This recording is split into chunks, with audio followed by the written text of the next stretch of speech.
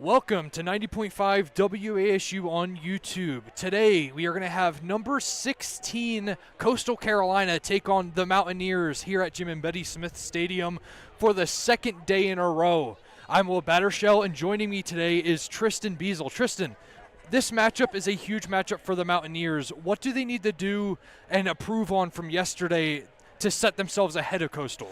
They need to improve the pitching in the later part of the game. It bit them against Wake Forest. They were up going into the 8th and 9th inning, but the pitching bit them in the rear end again. Yesterday, same story. Steven Smith gave up 4 runs in the 9th yesterday. They need to be able to close these games out pitching-wise because the bats could stay hot. However, the pitching is going to be the issue here. Yeah, and let's start recapping yesterday a little bit. It started with a big pitcher's duel throughout the first 6 innings of the game, and then the bats really caught on fire. What changed from there? Both great outings and especially great outing by Nick Dorito.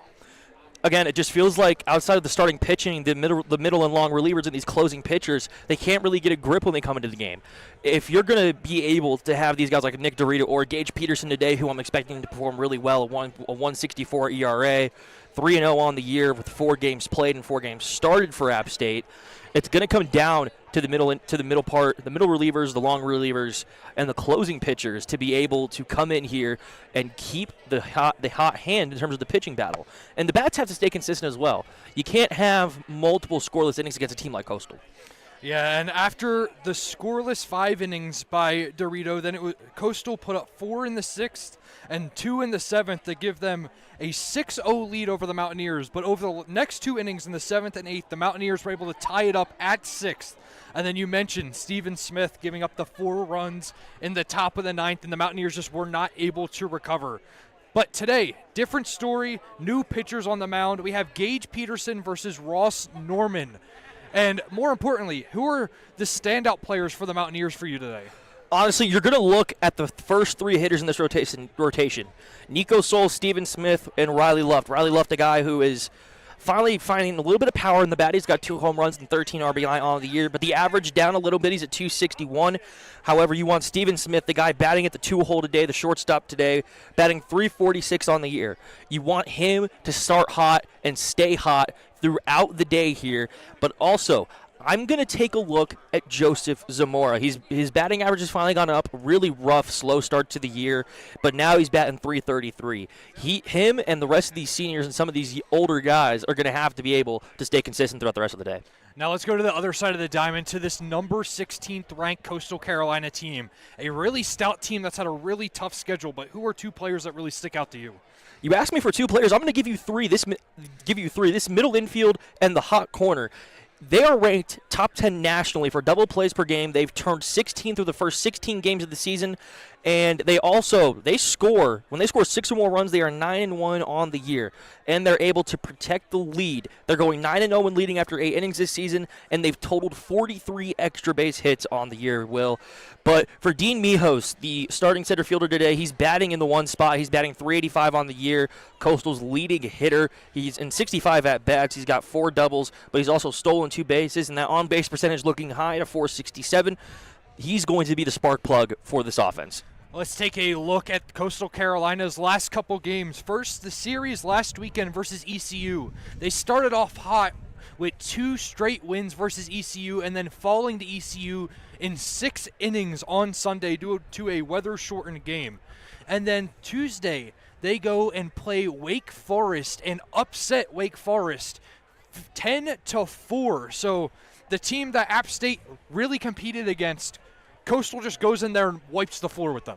Yeah, and this App State, and I'm going to switch it gears a little bit to this App State team as well, because they've been able to keep up with very stout competition. They were able to keep up with Coastal yesterday until that top of the 9th inning. They were within a run against Wake Forest. This team can compete. It's just going to be a matter of if this pitching can really hold the run support that they're getting from the bats.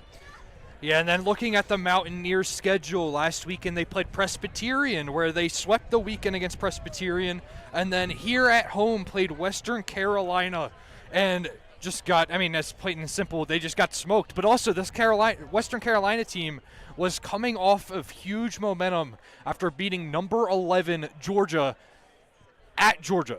And again, it also kind of speaks to the inconsistency of this App State team. They're able to put together really good series. They started out hot against Canisius and A&T, but then they lost 3 games in a row against Gardner-Webb, all in walk-off fashion. But then they kept Wake Forest within a run, the 15th ranked team in the country, and then swept Presbyterian but lost to Western Carolina. This Western Carolina team, again, has really good momentum, and I think that this App State team also has good momentum. But it's been a team that's really hot and cold, honestly. This team can put up 13 runs like they did against Presbyterian. They scored double-digit runs in 2 of the 3 games against Presbyterian. But now they have to do that against far more superior competition in pitching in Coastal Carolina. Yeah, when we come back, it's going to be starting lineups and first pitch here on 90.5 WASU.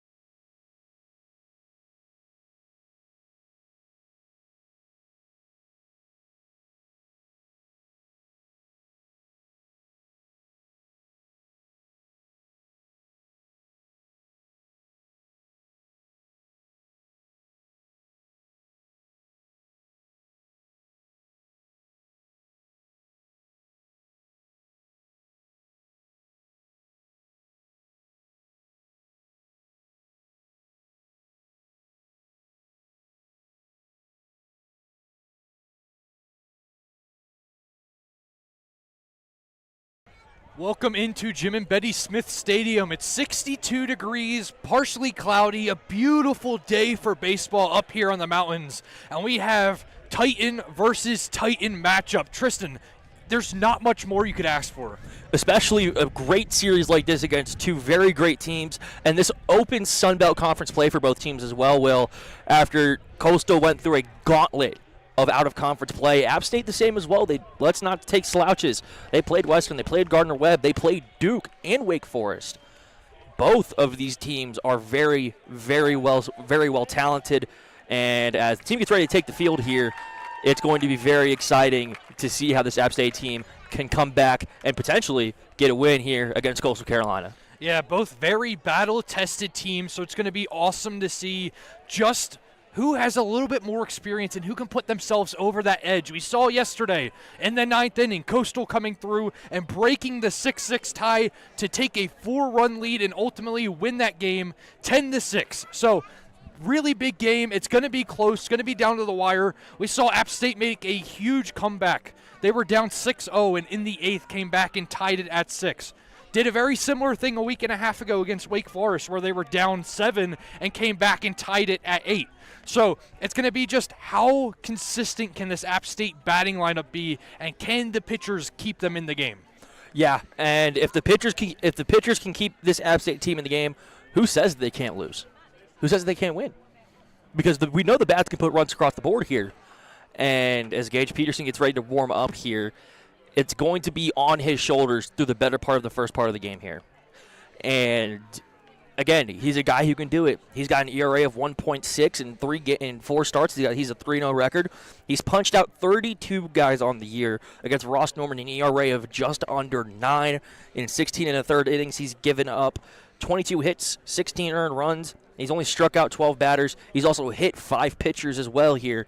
And we'll see if Ross Norman can compete with arguably App State's number 1 pitcher. It's going to be very interesting to watch. After a pitching duel throughout a majority of the game last time, it turned into a slugfest in that second half.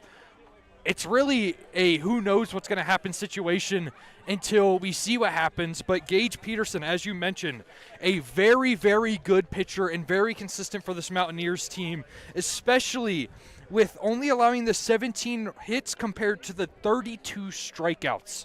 And you mentioned, Will, throughout the first 6 innings, this Coastal team was held silent. However, they've done most of the damage in the middle innings this season. They've scored 25.5% of their total runs in the 6th inning alone. And against Wake Forest, they plated 7 runs in that 6th inning to spark that upset victory over the Demon Deacons. The first batter for the Chanticleers will be number 8, Dean Mijos, playing center field for the Chanticleers today. The first pitch is underway, and it is in for a strike. So Peterson wasting no time and getting ahead. Again, excellent pitch right there. First pitch, nice little breaking ball there. Look for him to mix the heat in here as well as he gets ready for the second pitch. That one just a bit outside. Count is even at 1. Peterson has been the one consistent spot, as you mentioned, and he's going to need to show it today. The biggest matchup of the year for him in number 16 Coastal. He sets, and that pitch is going to be low but in for strike number 2. So it's going to be a 1-2 count on Mijos.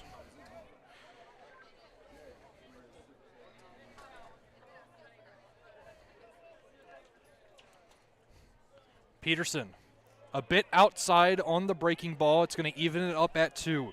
He's really working that curveball in there as well. That 1-1 pitch that came to a 1-2, that one was a little bit low, but the home plate umpire gave it to him. Hopefully he can get this strikeout here. The 2-2. Swing and a miss. First batter up, first batter down for Peterson. And that's what you want to see here. Not a long pitch count. He got into a 2-2 count, so technically a tie count in terms of advantage, but he was able to get the breaking ball working early here to strike out the first batter. Strikeout number 33 on the young season for number 42.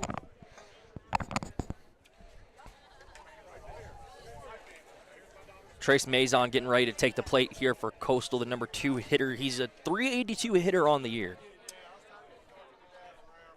The first pitch is way outside into the left-handed batter box. Mazan standing in the right-handed batter box, the junior infielder, starting today only as a DH, though, not playing the infield. Next pitch to the Mazan, and that is going to miss just outside for ball 2, so early 2-0 count. And Peterson really not even using much of the pitch clock here. He is going to reset here, though, and try and get that breaking ball back inside the box. Peterson, a junior right-handed pitcher, standing at 6'5", as the breaking ball is going to be in and just high for ball 3. Transfer from Walter State Community College. And the JUCO Bandit, really, really powerful pitcher here to start the early season. And the pitch, and that's going to be a 4-pitch walk for Mazone. And the home plate umpire, again, we see this really often with some of these home plate umpires. They're kind of a little bit lenient on the lower part of the strike zone there and really just lowering the strike zone as well. That third ball in that pitch count, that one was a little bit high, but just at the elbows. It's going to be Blake Barthel now, the senior infielder, playing at second base today. As you mentioned in the pregame, a huge danger defensively. His first pitch will be caught on the inside part of the plate for strike number 1. And again, working in a righty-righty situation here, Gage Peterson's going to have to be able to work that inside a little bit, because if you hang something outside, Blake Barthel is going to yam it, and it's going to go out for a home run. Runner on first, 0-1 count, 1 out. And that ball is lined to center field. Charlie Evans really doesn't have to move, and it's a routine line out. Easy lick Sunday morning there for Charlie Evans. He made that play during T-ball as a kid, and easy out number 2 here for this App State defense. So that's going to be a line out to center field for Barthel, and that is going to bring up Walker Mitchell starting at third base today.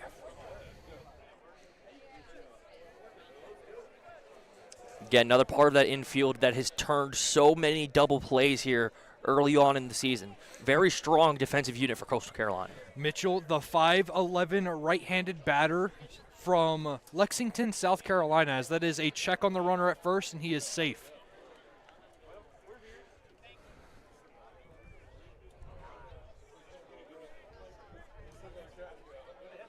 Peterson getting ready to set here. Mitchell awaits that the second pitch of the AB. That one just a bit outside, 1-0.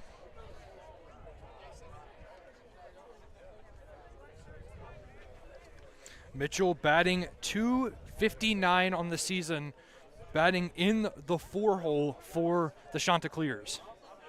Runner takes off from first. The pitch is going to be in there for a strike, so 1-1 count, no contest on the throw, so it's going to be a stolen base for Trace Mazon.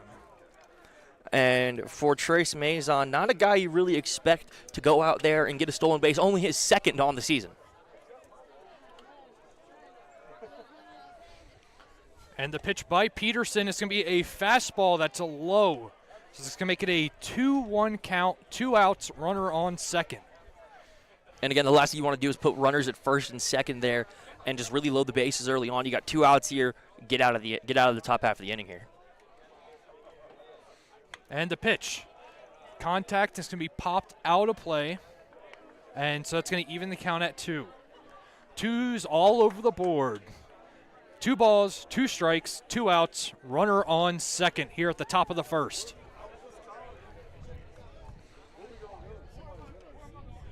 Peterson sets. Checks the runner.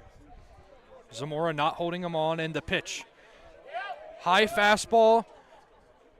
Mitchell thinks about it, does not go, so it's going to make it a full count at 3-2. Tried to get him to bite in the high fastball. Mitchell was like, not today, checks the swing, and didn't go on that one. That's where I found that at, yeah. Peterson. The pitch. Contact, and that is shot down the third base line and foul. Great battle by Walker Mitchell there on the curveball. Just makes enough contact on it way early still, but puts it enough in play to where it's not a strikeout. And for Trace Mazon, he was going to try and steal third. He was looking at it. He was running, and it looked like it was going to be no contest, and he was going to steal third there. Maison only has 2 stolen bases on the year so far. The pitch. The breaking ball is going to be in there for strike 3, and Mitchell goes down looking. So a strong start by Gage Peterson, and when we come back, it's going to be the Mountaineers' turn to try to strike first here on 90.5 WASU.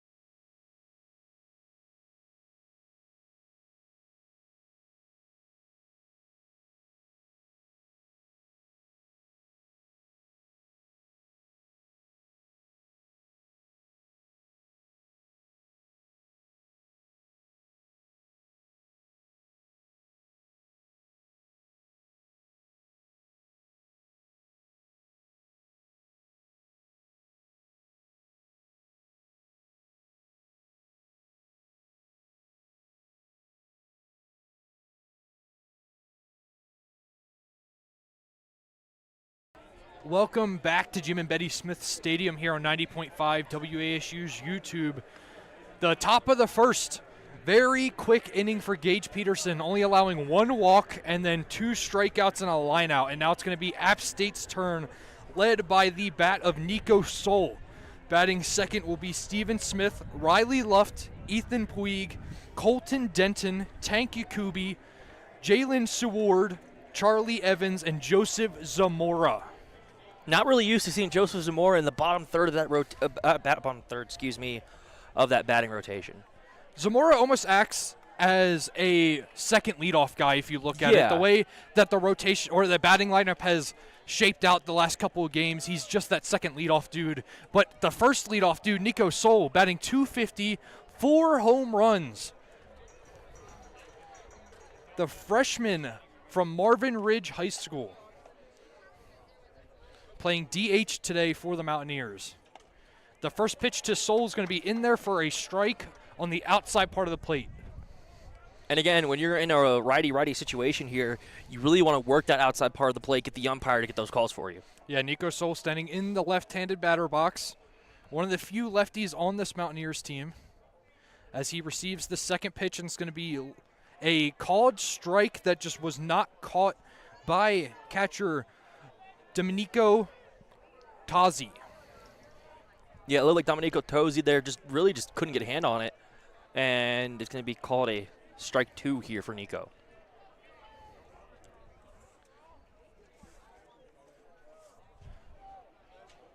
Oh, 2 count. No runners on for the leadoff batter in Soul. It's going to be a check swing, no call, ball 1. Again, that one just a bit low here. Both pitchers really working that lower third of the strike zone here. But also, Ross Norman looking on the outside as well here early on in this AB.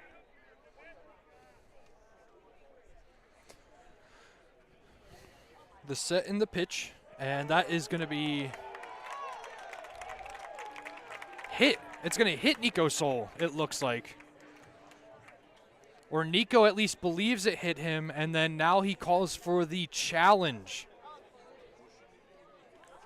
Looked like it got him a little bit. I mean, Nico had to jump about halfway out the plate too, but Coach Smith is going to come out here and try and get the challenge to get the runner on, to get Nico on base here. So it's going to be a early challenge by the Mountaineers, and in a game like this, Tristan, you kind of just got to take every advantage you have. So if your batter thinks he was hit, I would say the batter probably has the best idea on if he was hit or not. Yeah, exactly. I mean, the ball's not hitting anybody else but that batter. So if Nico says he got hit, and they're going to look at the review here, he's going to say he got hit.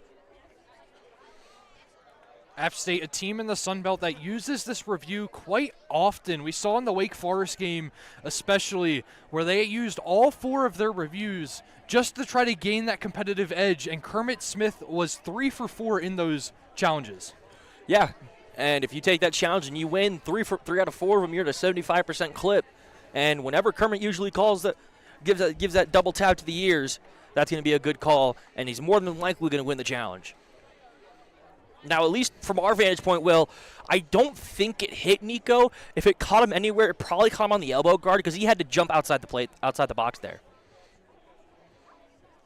Yeah, it's going to be interesting to see what the umpires think. They're over behind the first base dugout where the review TV is, talking back to the studio just to figure out what went wrong with every angle around the field to be able to see if he got hit or not. And if they showed us replay here, that the best vantage point would be that home plate camera or the one facing Nico Sol from either third or first base. I'd say you have 3 really good angles to look at here to see if he got hit, and that's a good thing about how App State has their cameras set up. You can really get a good advantage of everywhere as the 2 cameras behind the dugout and the one behind home plate. And they are going to say Nico Sol did get hit by the baseball, so App State will have their first runner of the game after a hit by pitch. And again, like I said, if Kermit gives that double tap on the ears for the review, he's going to win it most of the time, and that was another case right there.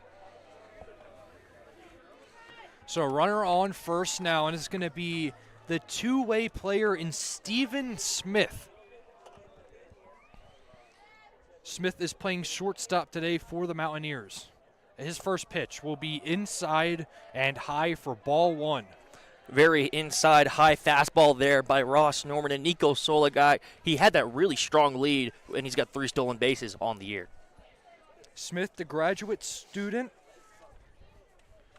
as we mentioned, can play 2 ways, has a 3.68 batting average, as the second pitch will be in there for a strike, so 1-1 count. But just very consistent from the 2-hole in this lineup. Yes, very consistent, Will, and Nico's got to be careful here to not get picked off. He's taken a rather large lead at first base.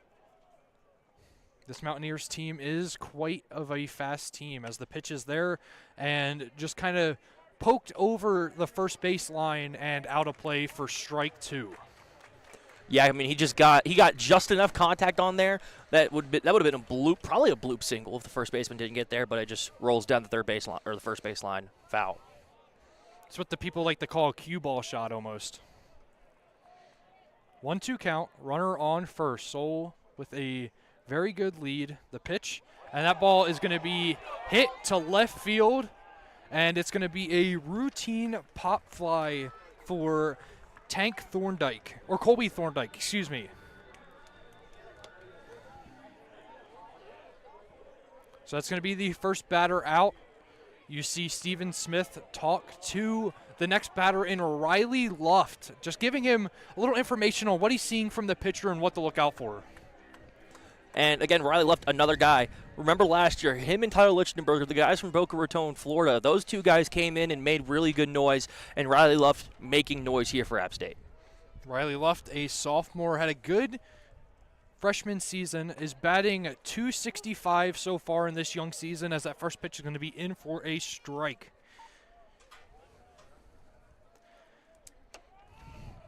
He's just looking back towards the dugout here. Don't really think that Riley liked that call. Luft playing right field today for the Mountaineers. And that pitch is going to be inside for ball 1. Batting from the right-handed batter box. And for Riley Luft, the average really isn't there, but he's able to still get on base, though. Don't let the average fool you. This App State team can still get on base.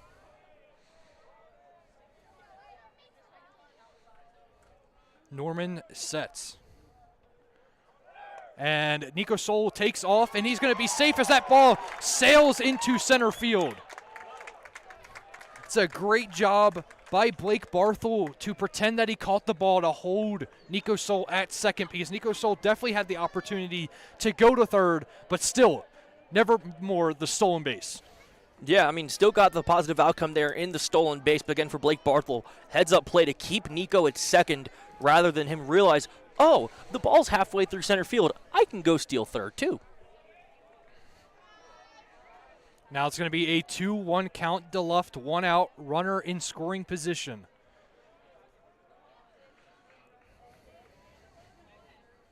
Luft with 15 RBIs on the season. That ball is going to be lined to shortstop on one hop and it thrown across the diamond. Luft will be out.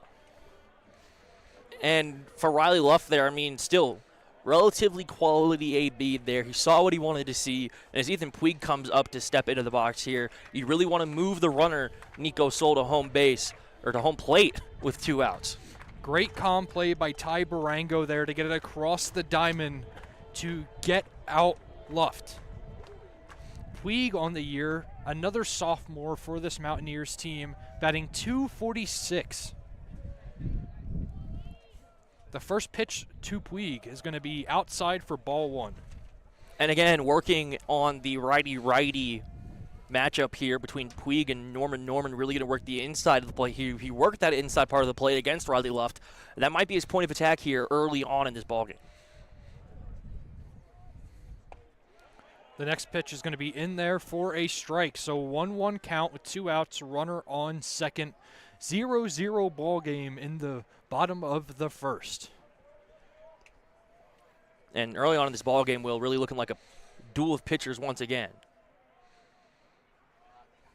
The pitch is going to be in there, just caught the outside part of the plate for strike number 2.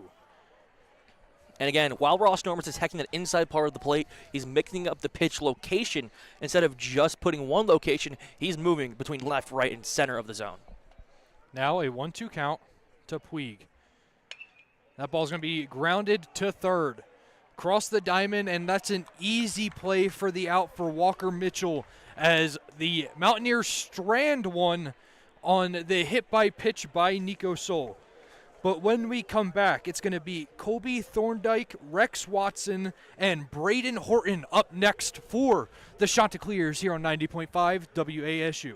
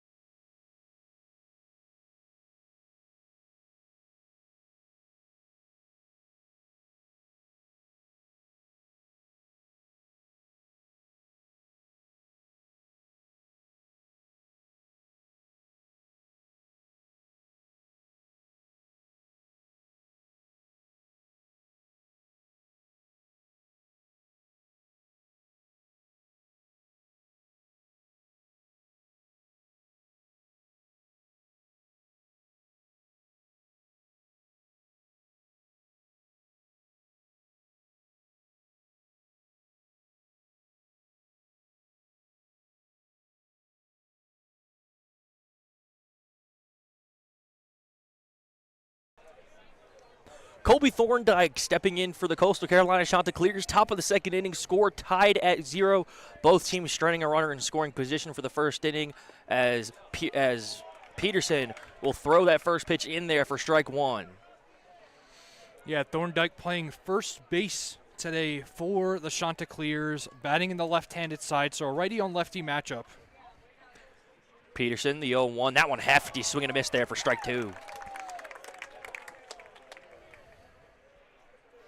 Thorndike on the season does have 13 hits and 2 doubles. Only 1 home run, though, from the first baseman. The 0-2 from Peterson. Thorndike steps in hefty, swing and a miss on the high fastball. First strikeout of the second inning.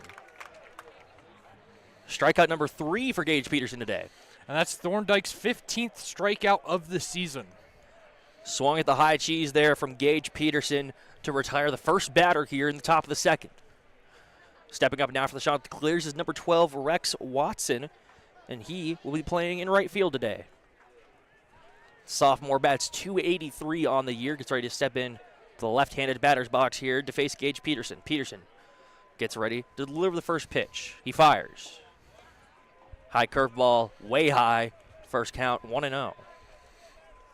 And Watson is the home run leader on the Chanticleers team with 3. The only other people that have more than 1 in the lineup are Mijos and Maison. As Watson awaits the 1-0, Peterson fires. That breaking ball just a bit high there, 2-0. Really good pitch by Gage Peterson after seeing what he got Thorndyke to do, trying to get Watson to do the same, just no bite from Watson. As Watson awaits the 2-0 pitch, 1 down here in the top of the second. Peterson fires. That breaking ball in there, strike 1.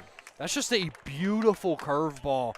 Starts it up in the right-handed batter box, and it fades all the way down out of the box. It just catches enough of the zone for the strike.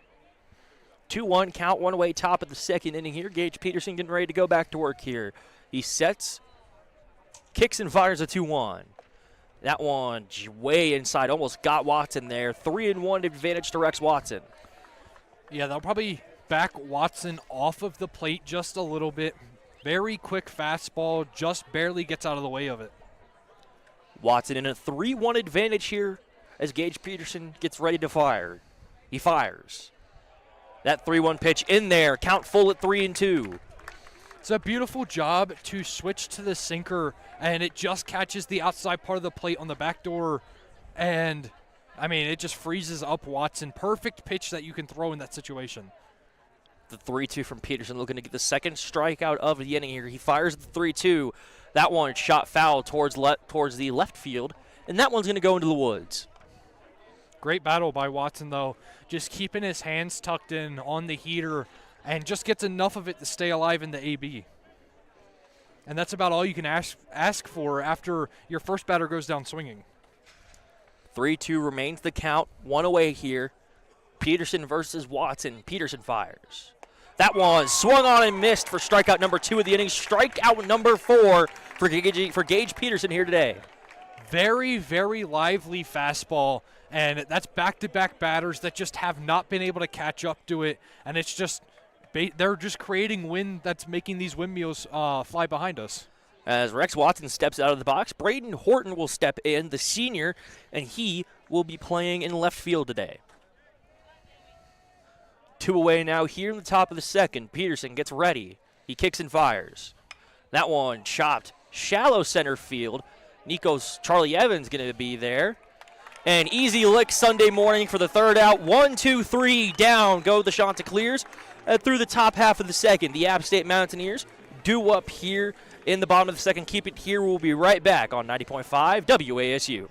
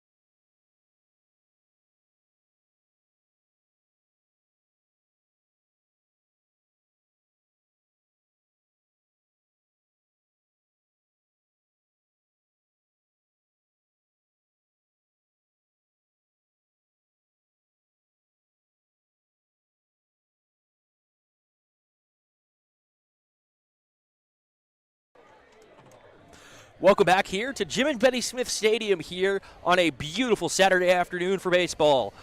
score tied at 0. We go to the bottom of the second, and Will, you've got more on Ross Norman.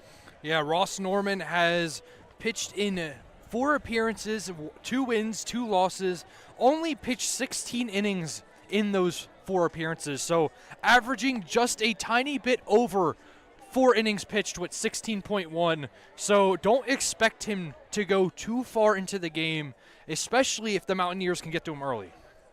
And Colton Denton, the freshman catcher, will step into the box. He's batting .250 on the year. And just because he's a catcher doesn't mean he's got wheels. He's got 2 stolen bases on the year. Colton Denton getting ready to step in the box here, going up against Ross Norman. And Denton, .250 on the year, 1 home run, 5 RBI, as he takes the first pitch in there, strike 1. With Brooks Wright's struggles to start the season, we've seen Denton get a lot more playing time, especially behind the plate, just trying to get the bats going from that catcher position. The 0-1 chopped foul down the first base side, 0-2 now, advantage to Norman. You mentioned the beautiful day, Tristan, and I gotta say, this crowd is probably the best crowd that I've seen close to this year, up there with the Wake Forest crowd. Just awesome to see all these people come out at the end of spring break and just enjoy some beautiful baseball. As the 0-2 just a bit low there, 1-2 the count now.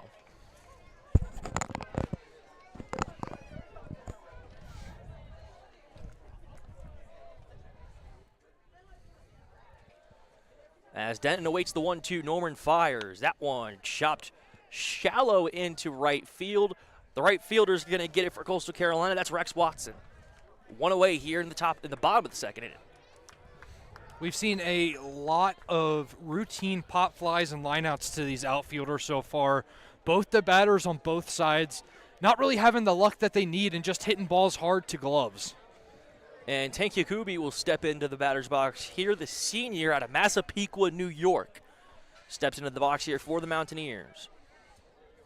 You always got to love it when there's a fellow Northerner on the team, him and Charlie Evans. As he will take the first pitch outside, 1-0.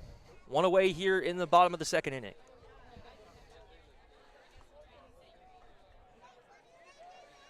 This outfield for the Mountaineers team is just so stacked. And we've been able to rotate so many people in and out. And I think that Kermit's finally found his set 3, and then having Nico be that DH guy as that pitches in there for a strike. But having those 4 really fast fielders and hitters just in your lineup is such an advantage, especially when we get into conference play. As the 1-1 is just a bit low there, 2-1 advantage to Tank Yakubi.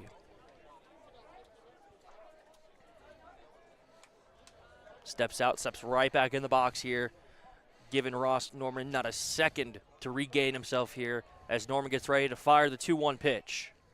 That one shot into shallow center field, and that one's going to drop for a base hit. Yakubi rounds first, thinks about second, but he's going to retreat back to first. First base hit of the game for either team. Very simple baseball by Tank Yakubi there. Just nice soft hands, brings it through the bat, and just kind of drops it in the middle of the A logo almost. And every time that's going to get you a base hit. First base hit of the day here for the Mountaineers as Jalen Seward, the first baseman, will step up here for App State. He's batting .267, 2 home runs and 8 RBI. Yakubi gets a nice lead at first here. Norman fires the first pitch. That one in there, strike 1. Yeah, and Seward is playing in this lineup partially because he's been really good for the Mountaineers, but also there's been an injury to Cam Miller when they were playing North Carolina A&T a couple weekends ago, and he's been out ever since. As Seward gets ready for the 0-1 pitch, 1 away here, checks the runner at first, he's safe. And again, this App State team, when they're leading at first, they give a very long, wide lead, and it's going to be able to get him picked off here, but Yakubi retreated back to first safely. As the 0-1 is coming to Jalen Seward, Norman fires that one in there, strike 2. Yakubi may only have 1 steal on the season, but that kid has wheels. So we're going to see the guys with a lot of speed on this Mountaineers team be aggressive.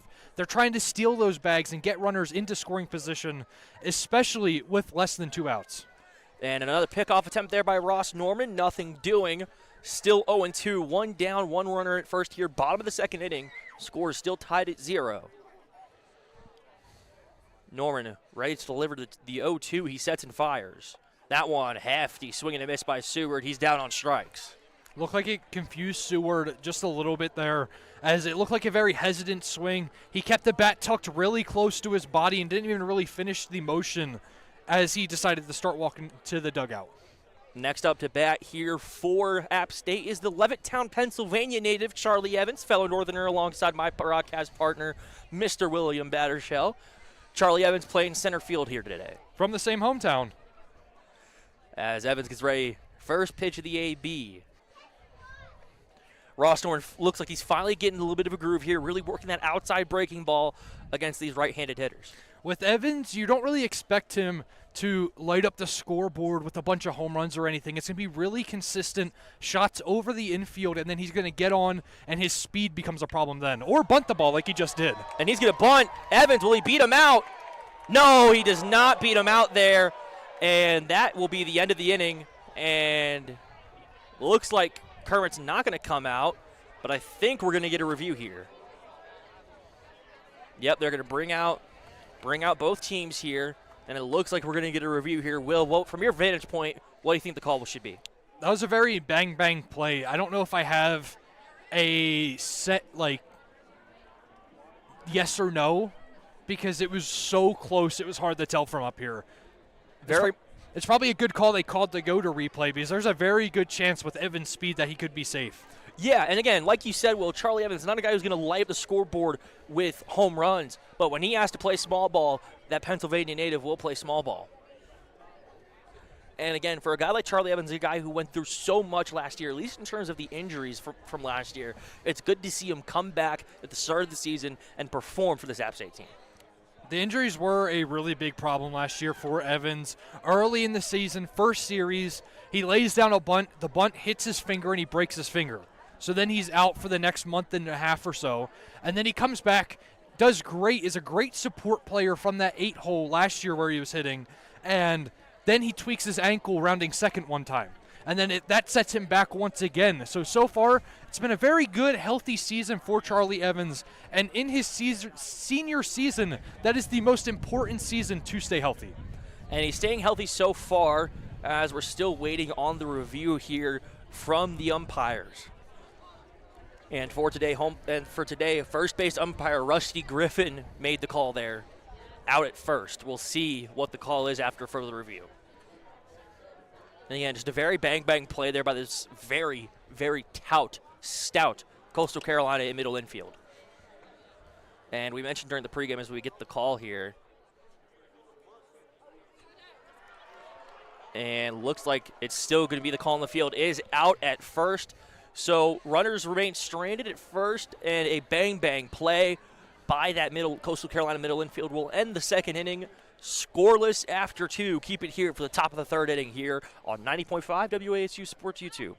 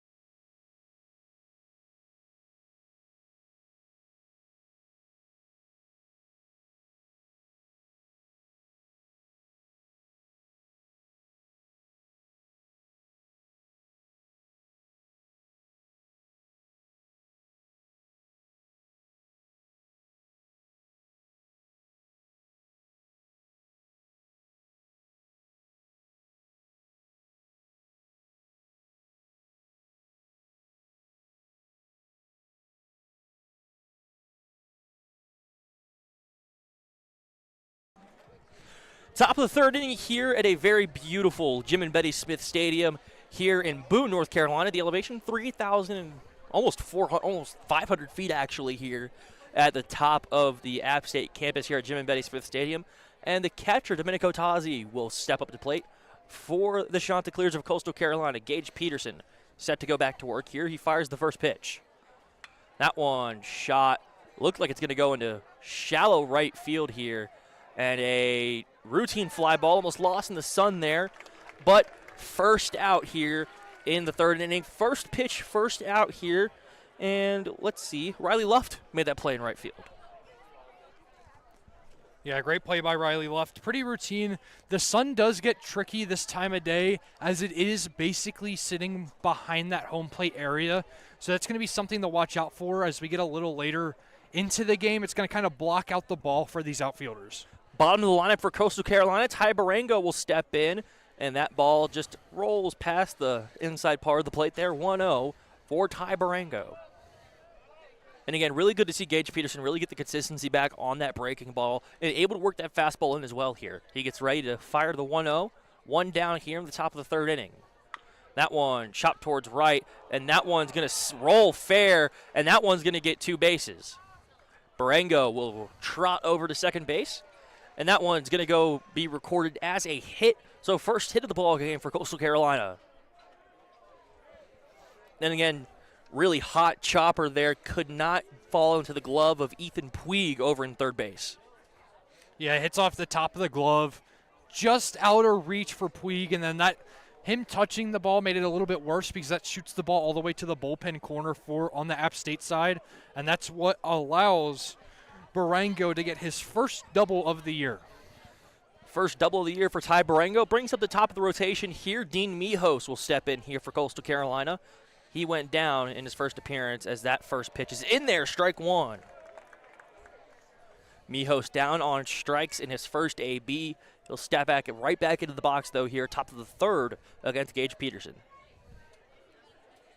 Peterson checks the runner at second. Pickoff attempt, nothing doing, runner safe. And Peterson's got a fairly quick pickoff move, so even though it is behind him, Barango is going to have to be careful to really watch his step back so he doesn't get picked off. 0-1 count here. Peterson sets, checks the runner again, he fires, and that one just a bit low there. Sticks on the board here. 1 ball, 1 strike, 1 down, 1 hit here in the top of the third inning here for Coastal Carolina. Runner at second, so a runner in scoring position for the Chanticleers, looking to advance him home. Peterson checks the runner again. He kicks and fires the 1-1. That one just a bit high and outside there. 2-1 now for Dean Mijos. That's a good frame by Denton to try to bring the ball back in, but clearly misses a little high and out. So good call by the home plate umpire. Peterson again checks the runner at second. Delivers the 2-1. That one chopped foul down the third baseline. He count even at 2. Brings out the breaking ball once again, and Mijos just way early on it and chops it right into the dugout for App State. The chopper down towards the App State dugout here. 2-2 the count here on Dean Mijos. Gage Peterson looking to retire another batter on strikes here. Top of the third inning. He checks the runner at second. He fires the 2-2. That one chopped back towards us here. Count remains 2-2. Again, this Coastal Carolina team being able to fight through these ABs and potentially get 2 runners on here in the top of the third. However, Mijos will have to recover from a 2-2 count. Peterson checks the runner at second. That's Ty Barango. Really long look at second. He kicks and fires the 2-2. That one chopped down towards the shortstop, Smith. He's going to get the bang-bang play at first, but it will advance the runner. And Ty Barango is 90 feet from home plate here. 2 down here in the top of the third. Great job to move the runner and a great job by Barango to stay on his toes and see the soft dribbler to shortstop and